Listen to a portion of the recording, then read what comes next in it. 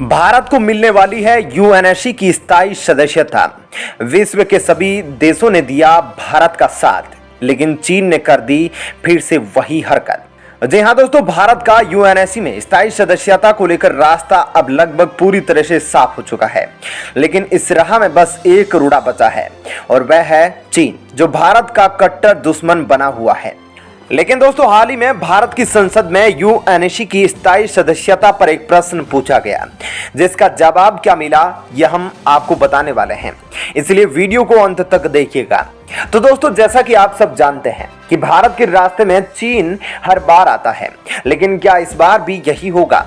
यह सवाल बड़ा है। यूनाइटेड नेशन सिक्योरिटी काउंसिल यानी यूएनएससी में भारत की स्थायी सदस्यता के समर्थन में 5 में से 4 देश आ गए, लेकिन चीन का रुख अभी भी साफ नहीं है। जी हां दोस्तों, हाल ही में जब संसद में विपक्ष ने यूएनएससी में भारत की स्थायी सदस्यता को लेकर केंद्र सरकार से जवाब पूछा, तो केंद्र सरकार में विदेश राज्य मंत्री वी मुरलीधरन ने लोकसभा में दी जानकारी में बताया कि यूएनएससी के 5 स्थायी सदस्यों में फ्रांस, रूस, ब्रिटेन, अमेरिका और चीन में से चीन को छोड़कर बाकी के 4 देशों ने यूएनएससी में भारत की स्थायी सदस्यता का समर्थन किया है। मुरलीधरन ने बताया कि सरकार भारत के पक्ष में समर्थन जुटाने में हर संभव प्रयास कर रही है। यूनाइटेड नेशन सिक्योरिटी काउंसिल में भारत की स्थायी सदस्यता को लेकर भारत सरकार पूरा जोर लगा रही है।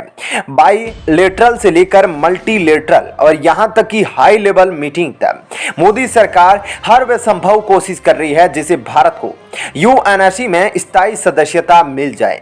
विदेश राज्य मंत्री ने आगे कहा कि पिछले साल पीएम मोदी के साथ व्हाइट हाउस में द्विपक्षीय वार्ता के दौरान अमेरिकी राष्ट्रपति जो बाइडेन ने भी यूएनएससी और एनएसजी यानी कि न्यूक्लियर सप्लायर ग्रुप में भारत के स्थायी सदस्यता का समर्थन किया था।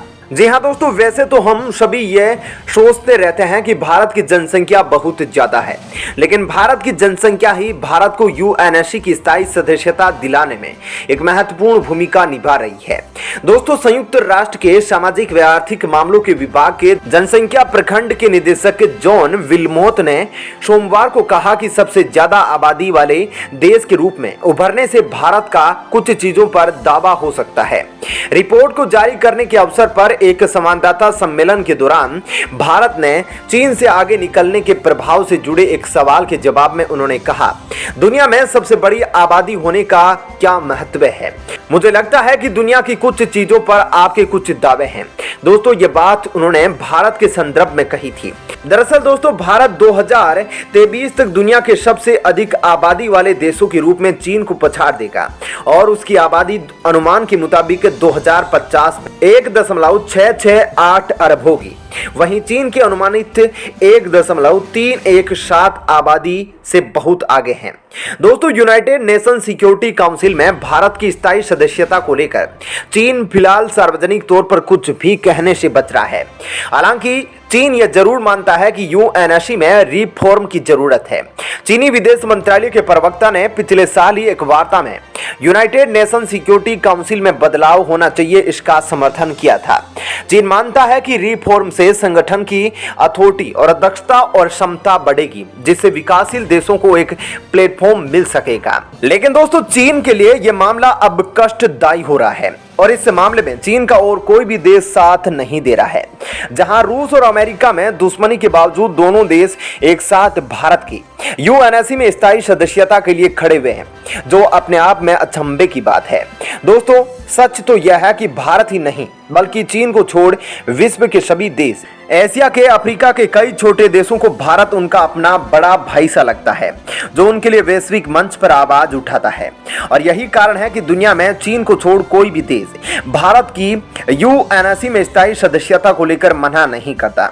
हाँ, बात रही पाकिस्तान की, तो उसकी हाँ और ना कोई पूछता नहीं। लेकिन दोस्तों, बात दरअसल यह है कि भारत की स्थायी सदस्यता को लेकर अब संयुक्त राष्ट्र संघ पर भी प्रश्न उठने लगे हैं, क्योंकि भारत के पास हर वो एक पैमाना है जिस पर भारत सुपर पावर कहा जा सकता है।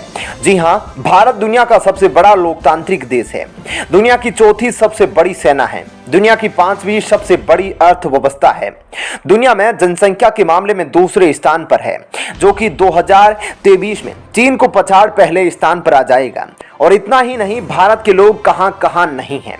भारतीय लोगों का इतना बड़ा डायस्पोरा है कि हम किसी भी देश की सरकार को पलटने का मादा रखते हैं। यह तो हुई भारत की वह विशेषता जिसके आधार पर भारत यूएनएससी का स्थायी सदस्य बनने का मादा रखता है। लेकिन विदेश मंत्री के हिसाब से क्या भारत यूएनएससी का स्थायी सदस्य बनने की क्षमता रखता है? तो सच यह है कि विदेश नीति के मामले में भारत 101% यूएनएससी का स्थायी सदस्य बनने का मादा रखता है। मैं आपको इसके कुछ उदाहरण बताता हूं जहां भारत ने यह सिद्ध किया है कि विदेश नीति में भारत एक सुपर पावर देश है। दोस्तों, हाल ही का उदाहरण देखिए। जब रूस यूक्रेन युद्ध चल रहा था, तब सारे पश्चिमी देश अमेरिका से क्या कह रहे थे कि भारत से बात करो, भारत से बोलो कि वो रूस को समझाए, युद्ध बंद कर दे, क्योंकि उन्हें पता है कि भारत का रूस के साथ कैसा रिश्ता है। जब युद्ध चल रहा था, तब रूस और यूक्रेन में एक देश को छोड़ सभी देशों ने अपनी फ्लाइट कैंसिल कर दी। यूक्रेन युद्ध के बीच भारत अपने नागरिकों को वापस वतन लेकर आया, दोनों देशों को बोलकर कि युद्ध विराम करो ताकि विदेशी नागरिक यहां से जा सके। और इतना ही नहीं दोस्तों, रूस और अमेरिका की बिगड़ते रिश्तों को देख आपको नहीं लगा कि क्या दुनिया में ऐसा कोई देश है जो इन दोनों में सुलह करा सकता है? नहीं, भारत वह देश है जो इन दोनों देशों में सुलह करा सकता है, क्योंकि दोस्तों रूस और अमेरिका दोनों पावरफुल देश है और दोनों देशों के बीच सुलह को कमजोर देश नहीं करा पाएगा। केवल वही देश करा पाएगा जो खुद एक सुपर पावर देश हो। इसके अलावा तीसरा उदाहरण, जब अमेरिका पिछले साल अफगानिस्तान छोड़कर भागा था, तब अमेरिका के CIA चीफ से लेकर रूस के NSA चीफ और ब्रिटेन के NSA चीफ किस देश के NSA चीफ से मिलने गए थे? भारत के NSA चीफ अजीत डोभाल से मिलने आए थे।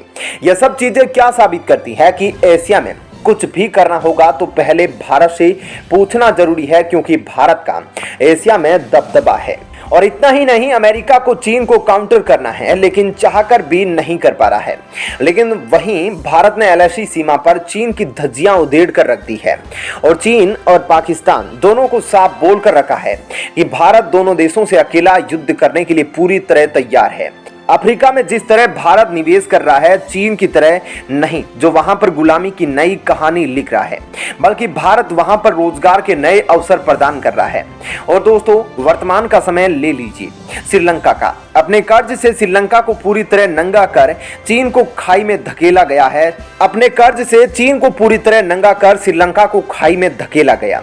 चीन अब मुड़कर भी श्रीलंका की तरफ नहीं देख रहा है। ऐसे में श्रीलंका को किसने संभाला? भारत ने। बल्कि यह तो खुद श्रीलंका के कई मंत्रियों ने कह दिया कि हमारी मदद इस समय कोई और देश नहीं कर रहा, न ही वर्ल्ड बैंक, न ही IMF, बस एक भारत है जो हमारी मदद कर रहा है। और श्रीलंका के मंत्रियों ने तो भारत को अपना सबसे बड़ा भाई तक बता दिया। अब दोस्तों, ये सारी बातें ये साफ कर देती है कि भारत यूएनएससी में स्थायी सदस्य बनने का हकदार है। बस चीन इस पर हाँ कह दे। देखना बाकी है, क्योंकि जिस दिन भारत को अगर यूएनएससी की स्थायी सदस्यता मिली, उस दिन से चीन की उल्टी गिनती शुरू हो जाएगी। हालांकि दोस्तों, इस मुद्दे पर आपकी क्या राय है? आप अपनी राय हमें कमेंट करके जरूर बताइएगा। धन्यवाद।